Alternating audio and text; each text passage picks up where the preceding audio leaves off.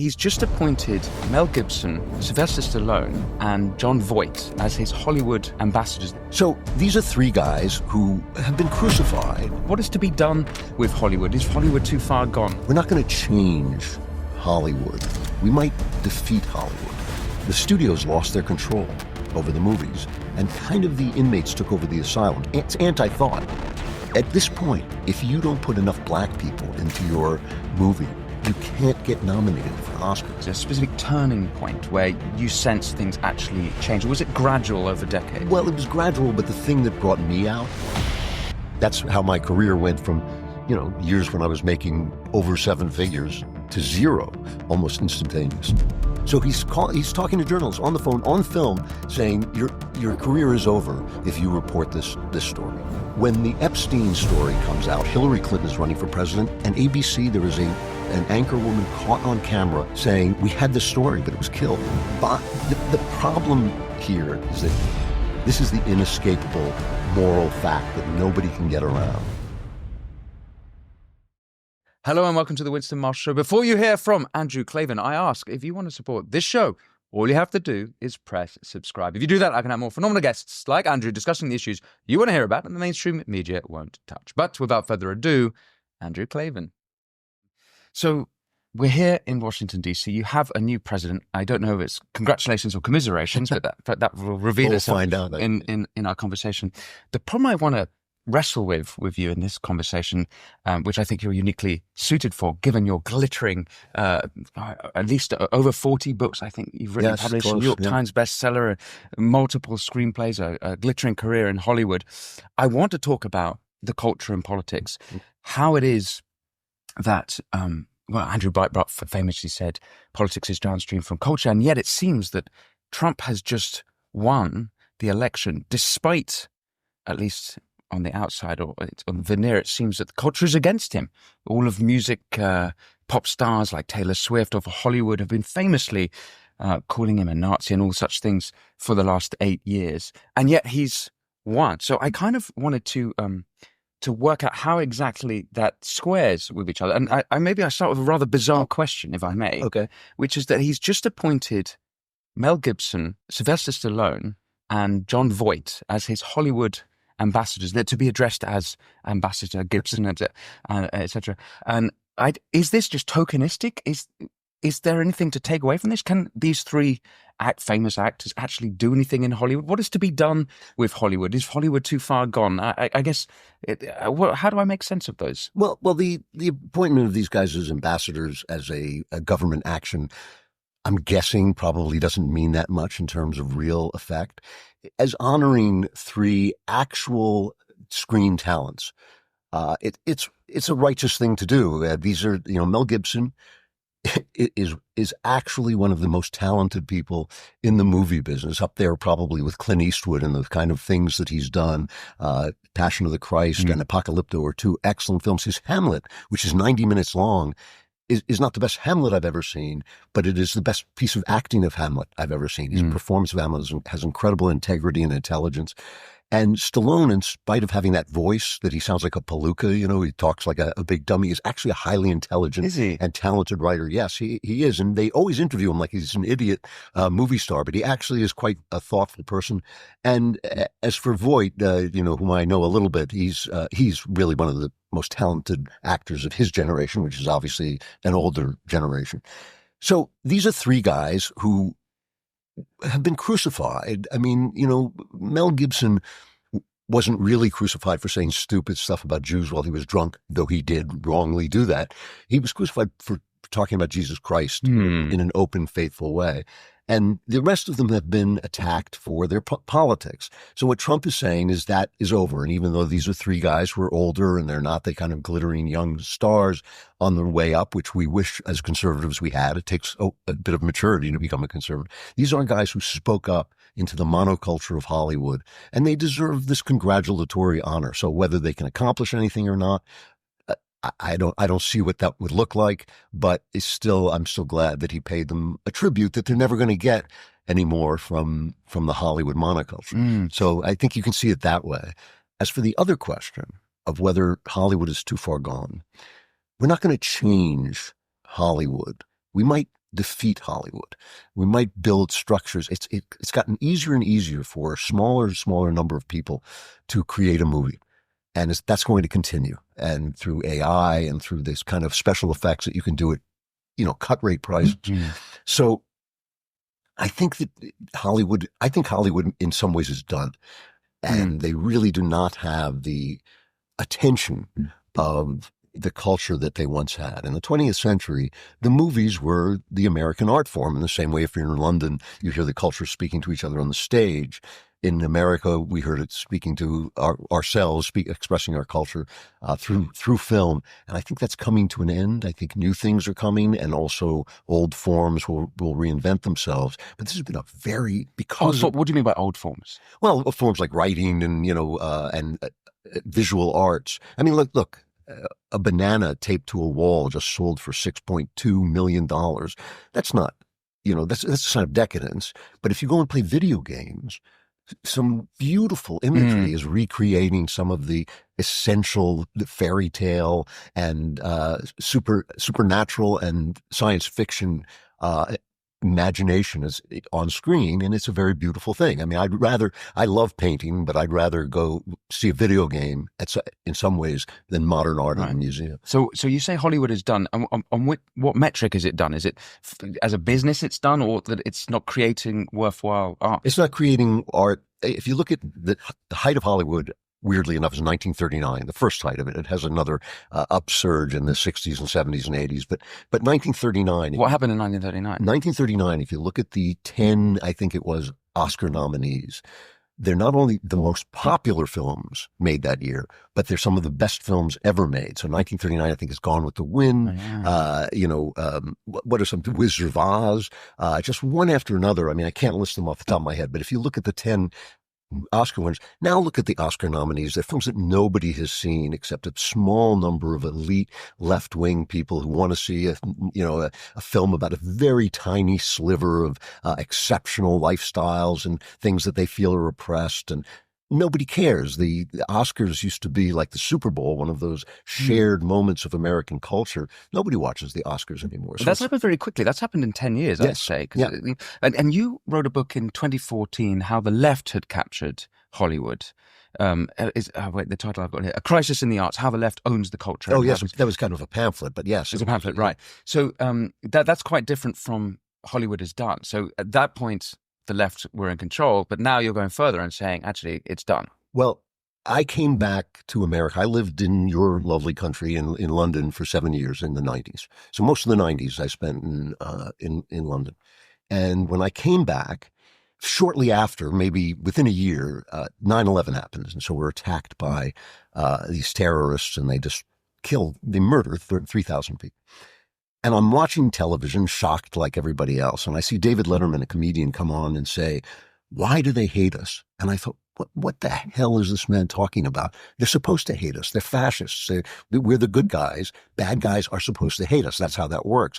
And I started to feel that our culture had been gutted, and that the people who cared about freedom and things that I think are essential to the American experience were all conservatives, oddly enough. And I was a liberal. I was, on the left of the spectrum.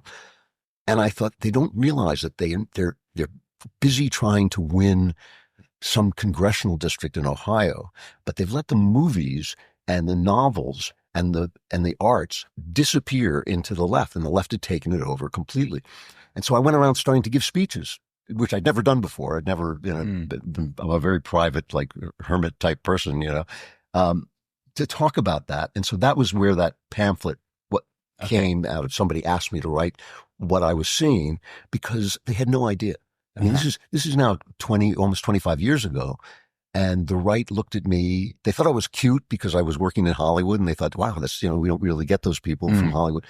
But they had no idea what I was talking. So would you say, if you go back to the glory days like 1939, was it the case that Hollywood wasn't political? Is it the problem that it's become political, or is it the problem that the left specifically took over? Yeah, it's a problem that it became a monoculture. The culture, arts are always liberal in the true sense of that word. And I'm not talking about liberal, I'm talking about leftism, socialism, a very specific materialist point of view that is not a very liberal point of view at all. But the arts are always liberal because they look at people with sympathy and they develop stories, and each person has his tale to tell, and that's a beautiful thing. So the artists are always kind of liberal, not necessarily left. But remember that Hollywood was built by immigrants, by Jews who had seen what it's like to live in other places but America, and they loved the country and they loved the people. And so you have Jewish, moguls making movies about Catholic priests that are sympathetic and beautiful. Bing Crosby is playing a Catholic priest, and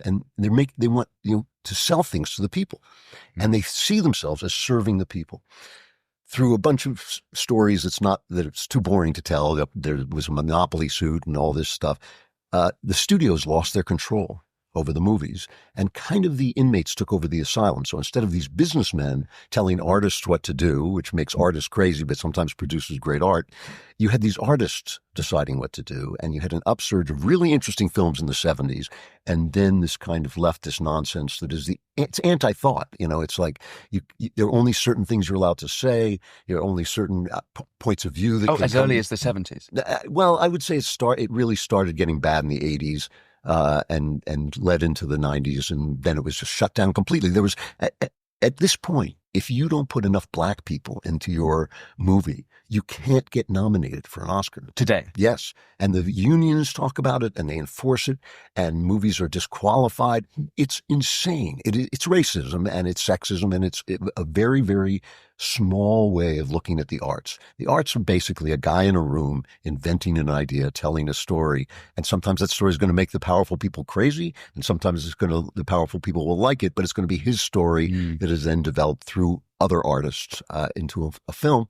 And now it's basically this Soviet-style control over thought, and it's just not that interesting. Occasionally, old school pictures rear their heads, like the Top Gun remake, and wildly popular. And so it suggests that actually not everyone in Hollywood's lost their mind, and that they realize there's a business here. But is there a specific moment in the 70s, a specific turning point where you sense things actually change? Or was it gradual over decades? Well, it was gradual, but the thing that brought me out, because all I wanted to do was tell stories. All I wanted to do was write novels and movies. I never wanted to become political or be on camera or anything like that.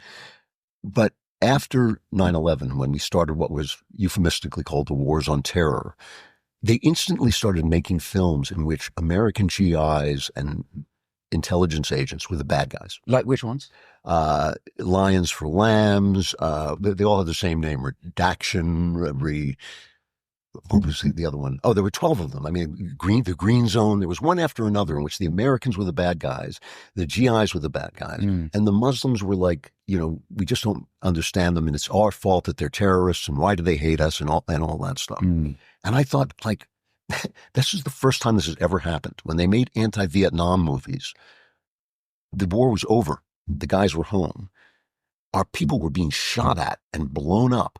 And I don't care whether you oppose the wars or have nuanced ideas about the wars, but you don't make propaganda against your country while your guys are being shot to pieces. You do not do it. And so I started writing articles. This is why my Hollywood career ended. I started writing articles and making speeches saying, look, this is a bad action. This is not about ideas. This is a bad action. People are under fire. Hold your opinions until they come home. The other thing about the Vietnam War pictures, by the way, is they were made by guys like Oliver Stone, who'd been a grunt in Vietnam. These were made by people sitting around the Café Marmont and the Chateau Marmont on Sunset Boulevard, saying, "Oh, the silly Americans, silly George W. Bush." And I was in meetings where I would come in, and the chat before the business began would be, "Isn't George W. Bush an idiot?" And I'd go like, no, and that's how my career went from, years when I was making over seven figures to zero almost instantaneously. Wow. Because the culture was so shut down. Do you think that it was a reflection of American culture, or do you think that it was a small amount of people in Hollywood who had this ideology? It sounds like a sort of Chomsky ideology, where it's like, what did we do to them? I remember having this feeling several times in Britain after the 2015 terrorist attack at Bataclan. Same happened in the Manchester Arena Islamist attacks at the Ariana Grande concert. The rest of the music industry went, love not hate, don't look back in anger.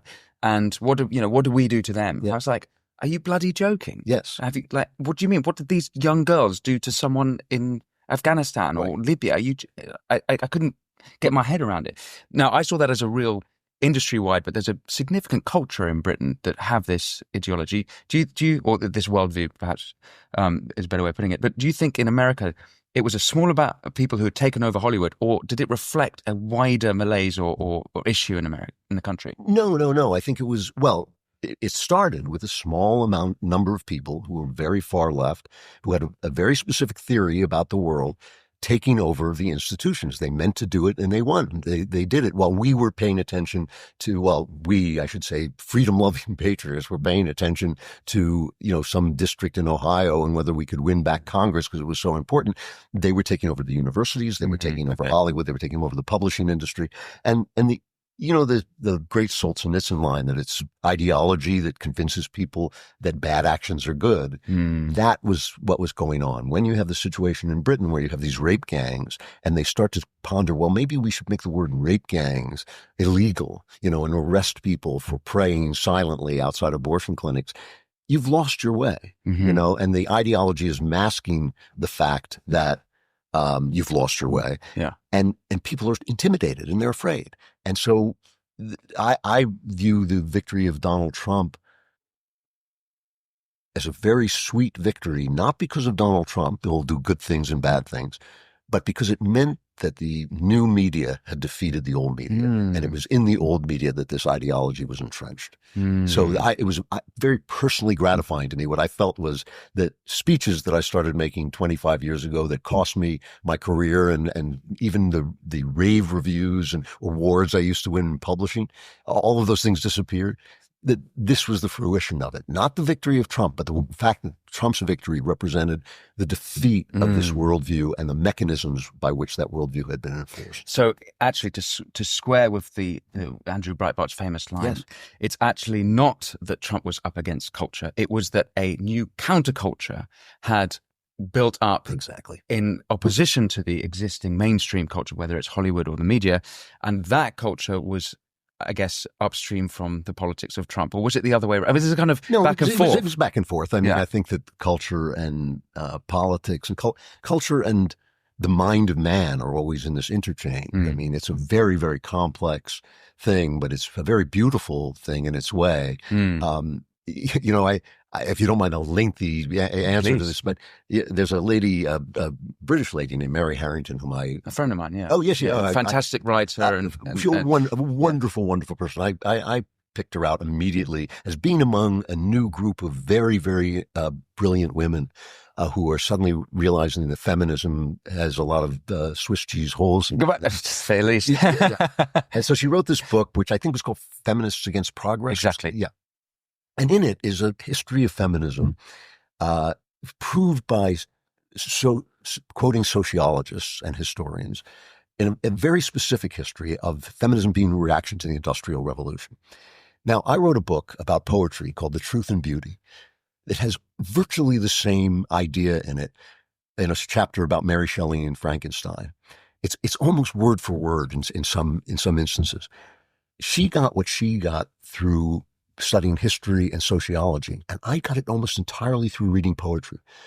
And that's a really, to me, that's fast. I've mentioned it to her a couple of times, but I don't think. Yeah, what in the poetry was it that inspired you or helped you understand what was going on? Well, T.S. Eliot had this line, and I'm quoting from memory, so I'll probably get it a little wrong, but it's something like a great poet writes himself, and in writing himself, he writes his time. And so what an artist is somebody who distills all of this cultural information that's pouring into him and produces Hamlet. I mean, if you read Shakespeare closely, you can see the intellectual history of the 20th and 21st century written in the 16th century, because he's writing his time so completely that all the implications of his time are played out in his plays. It's an amazing, amazing thing. So what he's doing, as Shakespeare would say, holding the mirror up to nature, but he's holding the mirror up to human nature and up to the moment that human nature is in and the eternal things that are in that moment. When you look at yourself in the mirror, you start to say, I'm getting old and, I need to shave or whatever. And that's, I think, the effect that it starts to have on the culture when an artist really captures the imagination. And so it starts to change the culture that he observed. Mm. Some people say, oh, Shakespeare invented the human being. Well, yes and no. He understood the ramifications of the Reformation, and he understood them so well that they cast 500 years into the future. And so that has an effect. It not only predicts what's going to happen, it also causes what's going to happen. It's very complex and a beautiful kind of dance. Joyce said, I'm creating the conscience of my race. I mean, and it's sort of, that's exactly what it is. Okay. Do you think today in America there is the possibility for a Shakespeare to emerge again? Is that going to come from new media? I know, of course, you said Hollywood is done, but if there's a change, there's still a lot of money there, and is there an opportunity for that change? I say that in the context of, I feel a zeitgeist shift. Oh yeah, it's crazy. Yes, I was here for the election itself in November, and it at the snap of a finger when the results came through, I was like, a weight was lifted, and the whole culture. I mean, instead of those of us who were very concerned about progressivism and Democrat overreach, right, it felt like, and that was pervasive. It felt, oh no, that's been defeated, and so the context is completely different. Is this a new age, do you think? Yes, for new talent. I think it can be, and I hope it will be, and it shows every sign of becoming one. We do not understand how powerful ideas are and how they work. And what happened was an idea played itself out. And weirdly, I've been talking about this for years now, that this leftist idea is over. They just don't know it yet.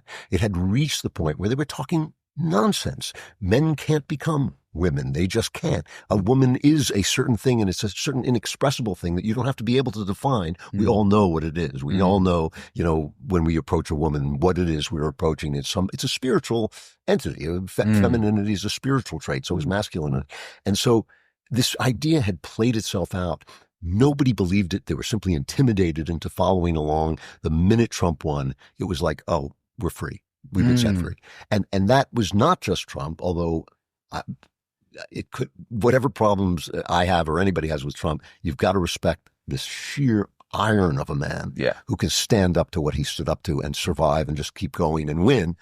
But that would not have happened without this new media constantly exposing the lies that we're telling about. There was a big fight back in Hollywood when he won in 2016. I mean, this is me speculating somewhat, but I really felt like the 2016 sort of Me Too movement at 17, 18 was, even though it was ostensibly or openly against people like Harvey Weinstein, I do think it was a reaction against Trump, an emotional reaction to the what was happening in politics. Notably, already, I hadn't seen that quite exactly. I mean, there's still somewhat of a reaction. There's still people. Is that a sense that maybe the progressives know they've been defeated?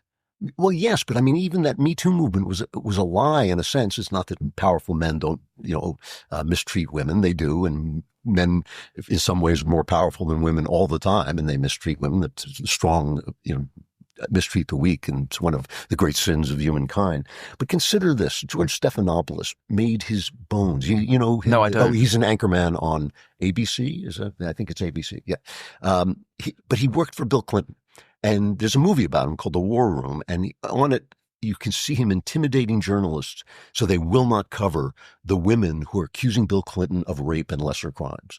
So he's talking to journalists on the phone, on film, saying, your career is over if you report this story.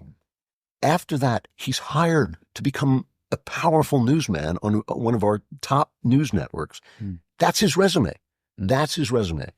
When the Epstein story comes out, Hillary Clinton is running for president, and ABC, there is an anchor woman caught on camera by Project Veritas saying, we had this story, but it was killed. Well, at that point, George Stephanopoulos was probably the only person in that organization who had the power to kill that story, even though they claim he didn't. So all of these things are happening. And once the Me Too movement started, ABC, CBS, NBC, NBC killed the Weinstein story. The writer had to go to the New Yorker to get that story printed because NBC wouldn't run it. Trump is caught on tape, and the tape is held until it can act as an October surprise before the election, saying, if you are famous, women will let you grab them by the crotch. Basically, this is what he says, which I'm sorry, is, of course, true of a certain number and a certain kind of women, right? That's all he was saying. And was that your experience in Hollywood? well, it was my experience in Hollywood that when you were successful, you got a lot of opportunities to do things you shouldn't have been doing. Now, I'm a delightfully married man. I won't pry any further. Yes, don't worry. But he was a billionaire playboy, and that's what billionaire playboys do. But all he said was, they will let you do this. Suddenly, women pour into the street wearing their funny hats and, protesting and all this. Where were they before? When, NBC was killing the Weinstein story, when ABC when George Stephanopoulos was going to a party in honor of Jeffrey Epstein after he had been convicted of trading in women.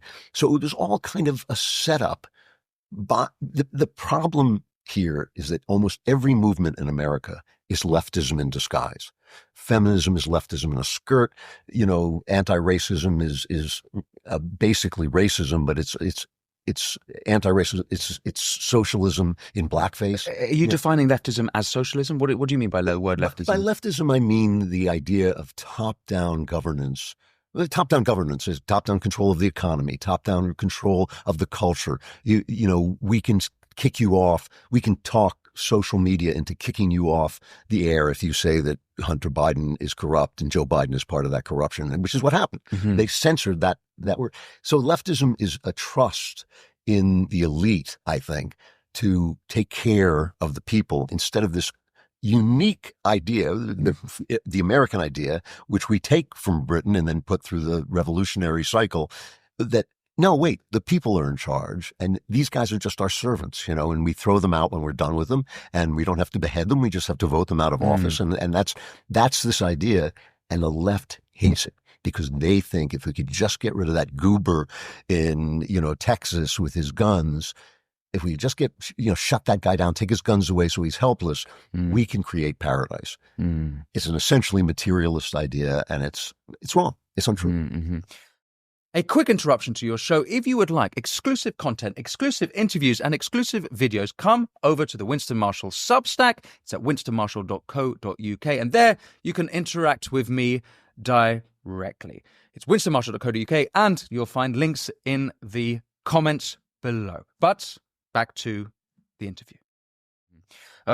We've alluded to Christ Yes. a little bit earlier, and this is something I'm interested in. We talk about Mel Gibson, and you said that he was villainized not because of his anti-Semitic remarks. I don't remember what exactly they were. I remember being pretty shocked by them. No, it was really stupid, and he was drunk out of his mind, and it was shame on him. But still, if you find me an artist who hasn't got deep, dark places and who hasn't done stupid things, if they didn't treat Matthew Perry like this when he was drugging himself to death, or Whitney Houston when she was drugging herself to death. It was only Gibson who had to pay for his sins in this elaborate way. Well, and again, shame on him, but still. Kanye West was unbelievably anti-Semitic and went on Alex Jones and said, Hitler was a good guy or something like that.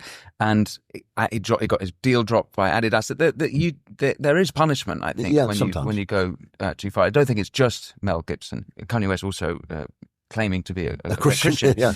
But I guess perhaps that's another conversation for another time. Because I'm interested in Christ in the entertainment industry. And I know you're a Christian, and I've noticed something. So, for example, 15, 20 years ago when I started the music industry, I remember people in the industry telling me, don't talk about Jesus. I'm not interested in working with you if you talk about Jesus. And now there's been a real shift. Of course, Mel Gibson did The Passion of the Christ, and there's a literal film about it, and I believe there's a sequel coming out. There was we've seen people like in Nick Cave, Australian but living in London, openly talking about Christianity. Many cultural figures talking about Christianity, and I wondered if that's changing in the arts in America. Is it now? Did that exist? That kind of don't talk about Christ thing? Oh yes. Yeah? I was in meetings in Hollywood when Mel Gibson made that film. He took I don't know what it was, $25 million out of his wallet essentially, and made $1 billion. So you'd think in Hollywood that would mean, okay, let's make that movie again and again. Let's make Passion of the Christ 2 and 3 and 4. This time it's personal and all the sequels.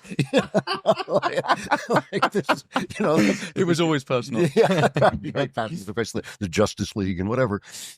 And they did do that. They created these faith-based divisions, but the movies they made were anti-Christian. So they would make a story about Noah where God destroys the world because we weren't green enough.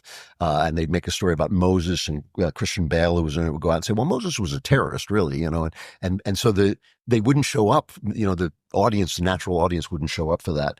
And ultimately these things went away. But I was in meetings in Hollywood where people would bring up the fact that Christians had found an audience and were making money. They were making films for like $1 million and making millions of dollars off those films. And the people would say, yes, but we're not going to do that. We are not going to do that. Yeah, so why not? Why do you think they would? What was that reaction? Because it's antithetical to everything they believe. They had a philosophy. The philosophy is leftism. Leftism is a materialist philosophy that I can make us equal by taking your money and giving it to me, so we both have the same money, instead of the fact that maybe you have this gift and talent and hard work that earns your money, and it's only a representation. It's only a symbol of what your value is to the people who have money and want to give it to you for what you do. But sorry, they have that ideology while simultaneously being highly rich and, of course, capitalistic. Because the truth of life is that people are sinful and greedy and want to make way for themselves, and some of that is good. That ambition makes you build things, and of course your ambition can go too far and your greed can go too far, but to want to better yourself is a good thing, and that's part of human nature. But what their idea is, if only you will put us in charge, we will make it all equal. We're all going to make it equal. I'm not going to hire you, though you have the talent, because I need, a percentage of black people. So I'm going to hire a black guy who doesn't have your talent, but makes this thing equal that I want to create, that goes against what is actually happening. It's also unbelievably anti-Christian, because not that they're claiming to be Christian, but it's virtue signaling rather than being virtuous. That's right. It's and it's a sense of human beings as perfectible. It's a sense of power as being, if we only put it in my hands, it's going to be used well. Where, the American idea, which I think is brilliant, is keep the powerful fighting with each other so we can go about our business and do what we have to do. And it's, of course, anti-sexual freedom in the sense that it calls you to account for certain kinds of abusive sexual actions, and what those actions are and should be is debated by Christians as well as everybody else. But it does say, look, there is a moral order, and if you go outside that moral order, it is going to cost you and maybe cost the people around you. And those are things that people who elevate freedom to a good in itself are threatened by. But again, the thing about ideas is they move to their natural logical conclusion. And the idea that you can break free of God is an idea that starts kind of around the 18th century with Newton and even before with the Reformation. And that idea has played itself out because Newton sort of suggested, not him, he was a believer, but his science sort of suggested that there was a clockwork world that was all going to explain itself. And so faith began to dwindle away, that Nietzschean death of God. And that's played itself out because the science has changed. And the science now suggests that consciousness and matter interact, and that in order for there to be matter, there has to be consciousness, which is kind of what Genesis tells us, right? You have to have a consciousness that brings the material world into being. And the other thing is that the logic of materialism has ended up with people saying, we need to hire people because of the color of their skin. We need to chop up little children's sexual genitals so we can create them into new creatures that we've just invented. It became insane. So one idea played itself out to the point of insanity, and another idea played itself out to the point of just being wrong. And I think that is reintroduced. And so people are waking up to that, and so there's an appeal now for the Christian story to come back, because it's true. If only, I believe it's true in fact, but if it's only true as a representation of our relationship with God, it is true that way as well. And you cannot make sense of the world, I think, in another way, except in that materialist way that ends up with chaos and immiseration. So the one thing I could not quite believe, and it was probably 2 years ago now, and I'm blanking unfortunately on the name, but it was a Mel Gibson film with about the child exploitation. I'm annoyed that it had Jim Caviezel. No, Sound of Freedom. But that's not I don't think this is a Gibson film. Was it not a Gibson film? So. Oh, okay. I think he might have been a producer or something. Maybe I'm wrong. Maybe I'm completely wrong. Yeah. But that film was, it should have been a story for everyone, but there was definite Christian undertones. The children of God are not Yes. To be It's not for sale. Not for sale, exactly. And the way it was treated by Hollywood, by the media, it was at best ignored. And at worst, there's all these conspiracy theories about the subject and the people involved. And I couldn't quite, but this should be, if you're talking about vulnerable, it's actually very similar to the grooming gang scandal, the rape gang scandal in my country. This should have resonated with everyone. It's scandalous what was happening. And I thought it was a beautiful film. Yeah, it's a good film. I was in tears, and I think I watched it in Los Angeles in the cinema. It wasn't like a special event. It was just a normal, regular people viewing. And the whole cinema erupted in applause at the end. Everyone was crying. Yeah. So it did crazy numbers at the box office. So this is another example of it resonates with the people, but Hollywood, that it's not just something to ignore, but like, how could they be so against it? I couldn't help but see some sort of like sort of devilish spirits involved. Well, there is. I mean, this idea of normalizing pedophilia, it was working its way into the culture, and this idea that it wasn't and that we were just being paranoid is what they always say before it all becomes true. The idea of calling pedophiles minor attracted persons, yeah. And the abuse of the young. And look, the Muslim gangs in Britain are awful, but so are the things that happened and were covered up in the Catholic Church. So is what's happening in Hollywood right now, where the gay mafia trades off child actors, behind the scenes, and everyone's afraid of the gay mafia because they're powerful, and nobody wants to bring up the fact that this is happening, that these child actors are routinely abused, and the fact that Epstein's clients have never been brought to account. Pardon me. And as far as I'm concerned, these people who abuse the young for their sexual pleasure, if we hanged them from every lamppost in every city in the country, it would be an act of urban beautification, as far as I'm concerned. I mean, there's no question that this is evil, but it's only evil if there's a God.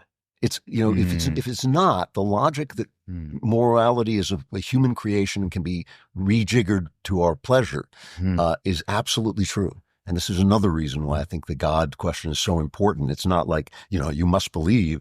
It's that it's true. It's true that this is evil. And it would be evil on a planet of pedophiles. It would be evil where nobody said it was evil. And this is the inescapable moral fact that nobody can get around, is that if you landed on the planet of Nazis, they'd still be Nazis and they'd still be wrong.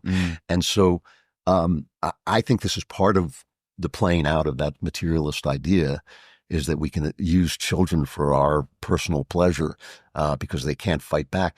And by the way, I hate to bring this up, but still, the Old Testament, the history of the Hebrews in the Old Testament is basically the history of God saying to them, and in the Bible, I believe that the Jews represent all people. They're not representing just this tribe.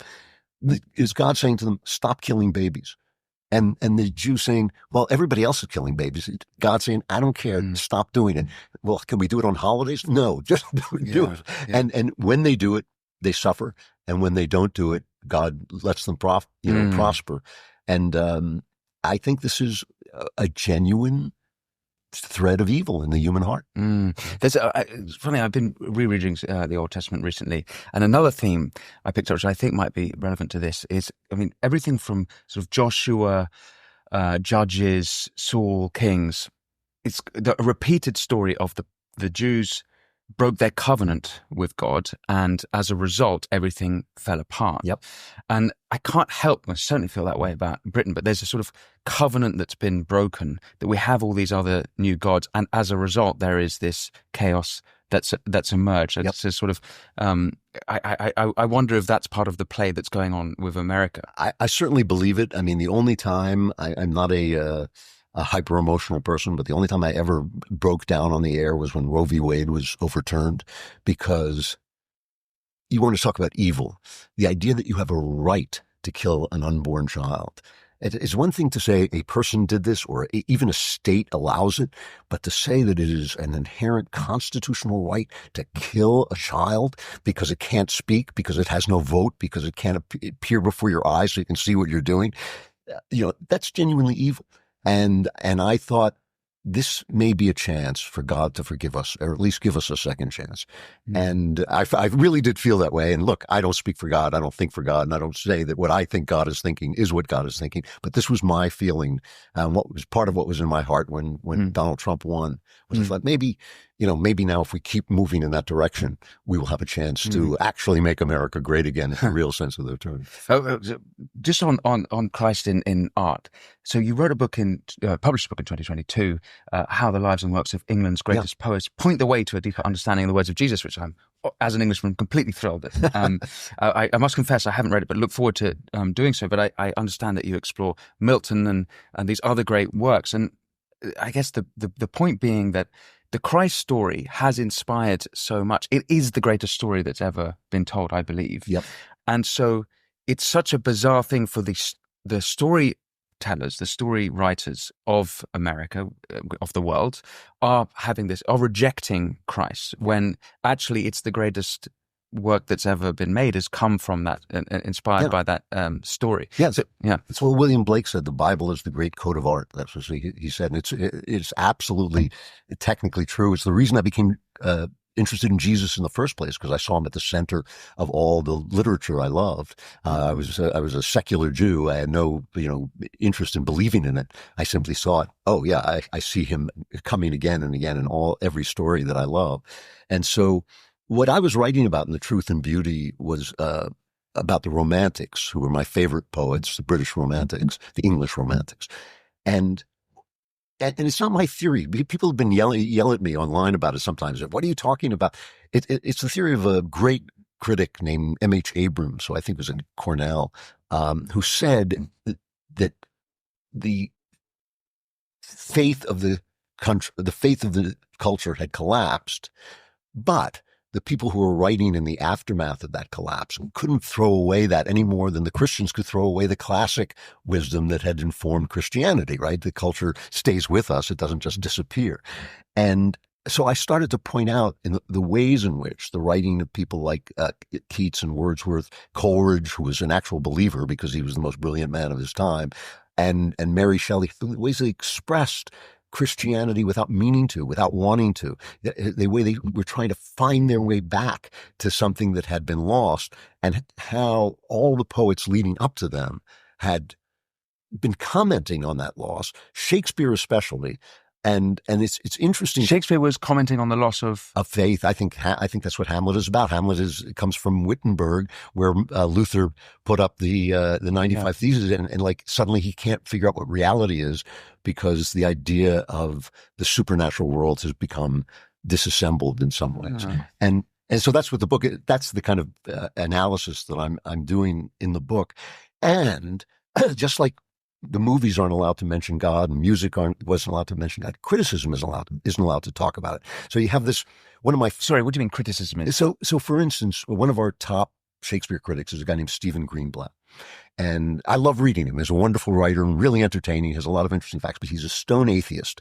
And when he interprets the words of Shakespeare, and this is our highest, Shakespeare scholar, he doesn't know what he's talking about. And so here I am, just a detective story writer, and I'm saying here, this guy is a great critic. But it's true, because he doesn't believe and refuses to believe. He frequently cannot see what Shakespeare is saying and what other writers like Augustine are saying, and things like that. And so I was just kind of bringing it back to the fact that Shakespeare is clearly, and Greenblatt admits this, by the way, he thinks Shakespeare may have been a secret Catholic who was writing at a time when that could get you killed. And Greenblatt says that he's very clear about that. It's not like he's a dope. He's a really entertaining, intelligent critic. But he says that Shakespeare is a secular writer. And you just can't read him that way. I mean, Shakespeare's full of demons. He's full of the moral order. You commit murder. The people you kill come back to haunt you. People are destroy themselves because their consciences just, he's Dostoevsky before there's Dostoevsky. And I think if you don't understand that that's the motion that goes through the British literature, which in my mind is amongst the greatest literature since the Greeks, then you don't understand what you're reading. It sounds like he's projecting almost.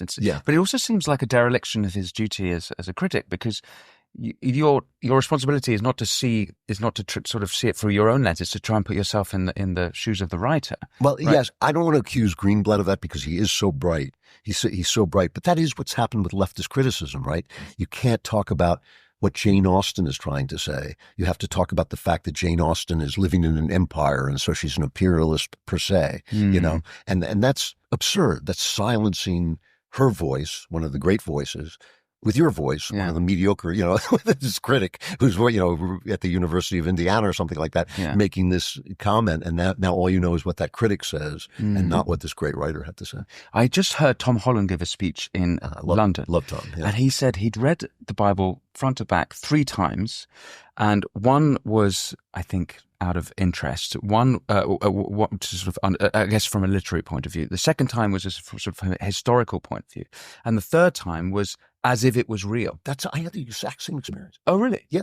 Okay. And so it's actually, and he's described, it's actually completely changes everything if you read it as if it's real. So that would seem to be the correct way to how can you possibly do Dostoevsky without reading it like as if it's real, or at least if he's battling with those ideas? Well, I'll tell you a funny story about that, because Crime and Punishment, which I read first when I was 19, turned my mind in the direction of Christ, though I didn't know it, because I was baptized when I was 49. So it took me a long, I'm a stubborn, but Tom's experience is exactly mine. And I write about it in my memoir, that I read the Bible as literature to understand why it was at the center of all literature. And then I read it about 5 times as literature, as criticism, all kinds of different ways. I wrote a book about Jesus, a materialist book about Jesus.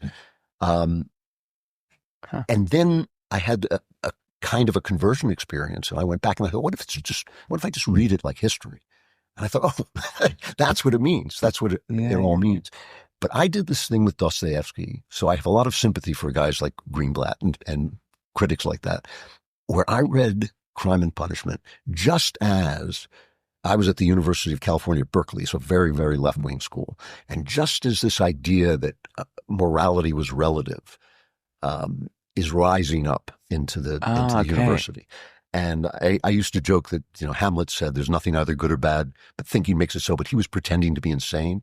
These guys were pretending to be sane and saying the same thing, And I read Crime and Punishment, and in the murder scene where he essentially almost accidentally axe murders a retarded woman, and this incredible, pitiful scene of this woman who doesn't even know what's happening, killed by this man who is actually meant to be a better person than he is. I just thought, I'm sorry, there's no planet on which this is right. There's no planet on which you can say, well, yeah, it makes sense if your culture is intersectionally less powerful than other cultures. No, morality is not relative. There is some place where evil begins. And at the end, when Raskolnikov starts to move toward Christ, I literally had to rewrite it to keep Jesus out of my mind. I said, well, when Dostoevsky says Jesus, what he's talking about is some spiritual idea of some, I would just kind of erase it from my consciousness. And took years before I thought, no, you know what? I think Dostoevsky is actually talking about, Mr. Christ himself. So you have to remind me, because it's been 20 years since I read Crime and Punishment. And so is he explicit about Christ? Because I would have almost expected you to say the brothers Karamazov would have brought you to Christ, because that is explicitly dealing with it. Oh. My memory of Crime and Punishment wasn't as so explicit. No, am I wrong about that? Yes, it's more subtle, but it's very much there. The key scene in it, a scene that just breaks your heart, is the Sonia, I think her name is the girl who's been forced into prostitution, and he loves her, and Raskolnikov loves her, and she reads to him the resurrection of Lazarus, which just and he says, no, everything's about power. He starts going Foucault on her, everything's about power, and he finally confesses to her what he's done, and this line it moves me every time I think about it, but at the time it struck me in the heart, where she says, "Oh my God, what have you done to yourself?" I mean, what a reaction to somebody confessing the murder of 2 women. Not what have you done, but what have you done to yourself? And at the end, he says she's given him a Bible, and he hasn't read it yet, but he starts to wonder if maybe he should. And it's very clear that that's the direction that he's going in. And it ends with, but that's another story. Now that's the sort of a man's reclamation, and that's another story. Wow. Yeah, it's very clear. Well, it just goes to show just listening to you speak there. I mean, the power of art when you actually engage with it's amazing the story properly. It's quite remarkable. Look, we've covered so much. Is there anything you think to tie everything we've talked about here and the arts and Christ and this new era of the counterculture becoming the culture in America? Well, I think that now it's up to not just the artists, but the audiences to engage. People are always asking me questions like, are video games an art? And I think they're an art if they're very good, if they're really amazingly beautiful. And if you engage with them as art, if you sit like an idiot in your mother's basement playing 6 hours of video game with a stupid look on your face, smoking dope, no, that's not art. Art is a conversation. It requires both the artist and the audience. And so I think we need to start engaging with art as the expression of our national soul and maybe our Western soul and maybe our world soul, and start to hold artists to account, and not in any kind of oppressive way, but as an audience. Yeah. The other day I went and saw Nosferatu. I don't know if you've seen this, a remake of a 1922, I think, silent vampire film. And for 2/3 of it, it's a beautiful, beautiful film.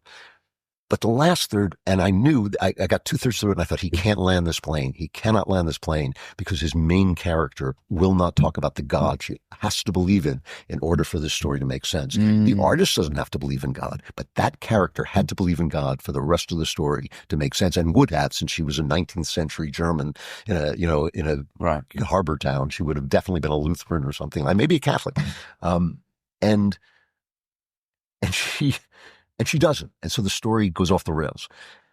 We have to start thinking about that. Why isn't the story working? Why couldn't you talk about the fact that for her to do what she does at the end of that movie, she has to be a Christian. She has to be, or else she wouldn't have done what she does.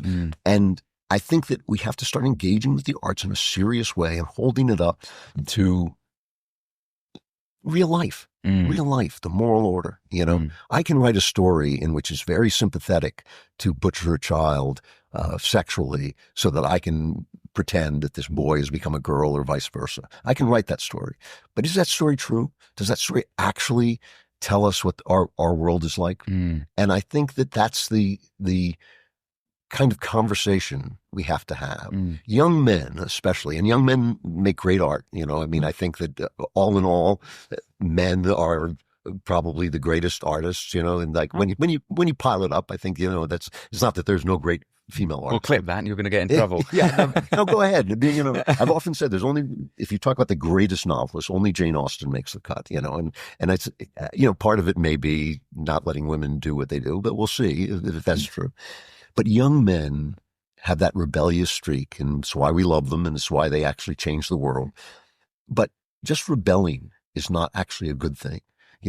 Creating originally is different than just rebelling. And so it's building.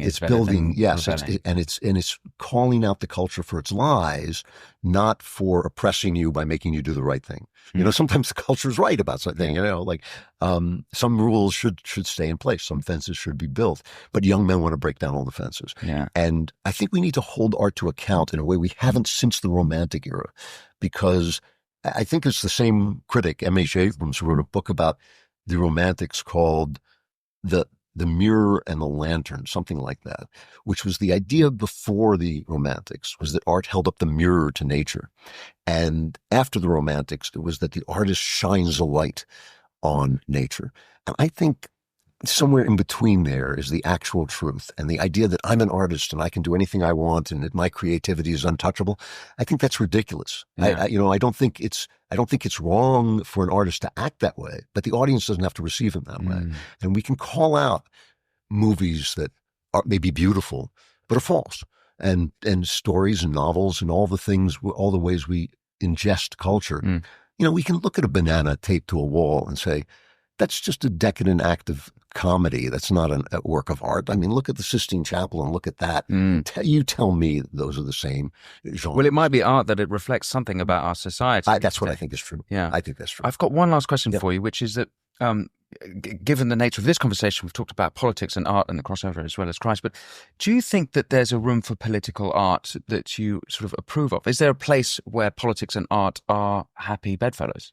There is, but it's very strange. Somebody once, actually a British interviewer, virtually hung up on me because I said, I don't really think that politics makes for good art, meaning that, a work of art that says, oh, Republican policies or Democrat policies are going to save the world. It's just false. I mean, no policy saves the world. As Solzhenitsyn said, the line of good and evil goes through every human heart. And he said, well, what about 1984? And basically cut the mic off. That was right. Yeah. And so look at 1984 and think about Big Brother in 1984. That's supposed to be a Soviet, a novel about the Soviets. That's what it's about. And yet you could call out a right-wing fascist for being Big Brother as well. Mm-hmm. So what he gets at is through politics and through his incredible detailed insight into Soviet politics, he shows you what's wrong with all politics. And so that's different than, if only we had, lower taxes, by golly, everything would be better. I don't think you can make a really good work of art about that. And it's one of the reasons I hate Ayn Rand. I think she's I'm so relieved to hear you say that. Writer. Because I've heard rumors that Daily Wire were going to make an Atlas Shrugged movie, and I was like, oh, no, please don't. And I'm no fan of Ayn Rand at all. For a while, every time I would go in and talk to the management, as I would walk out the door, I would say, so long, and don't make Atlas Shrugged. Yeah. But I'm not always listened to it, the devil. Yeah, because I sort of saw that as a reaction to what was going on. That's Hollywood is actually, no, what we need to do is be the example of what it should be, which is to surpass all of that. Yes. Okay, correct. There's a long history in music of protest songs, and I can certainly think of, for example, in Czechoslovakia, if it weren't for the plastic people of the universe, Václav Havel, I don't think would ever have become president. And so I do think there's a place where it comes in, having just gone to the Trump rally at the Capital One Arena, and you had Kid Rock, and you had a beautiful rendition of the national anthem. I mean, the national anthem is that not a political art, and so there's a place there. But I'm so happy to hear you reject Ayn Rand. And on that note, yes, Andrew Klavan, thank you so much for taking the time to speak with me on your busy schedule. It was an absolute pleasure. It's been a delight. Thank you for watching The Winston Marshall Show with Andrew Klavan. If you want to support this show, all you have to do is press subscribe. If you do that, I can have more phenomenal guests like Andrew discussing the issues you want to hear about and that the mainstream media won't touch. But until next time, be well.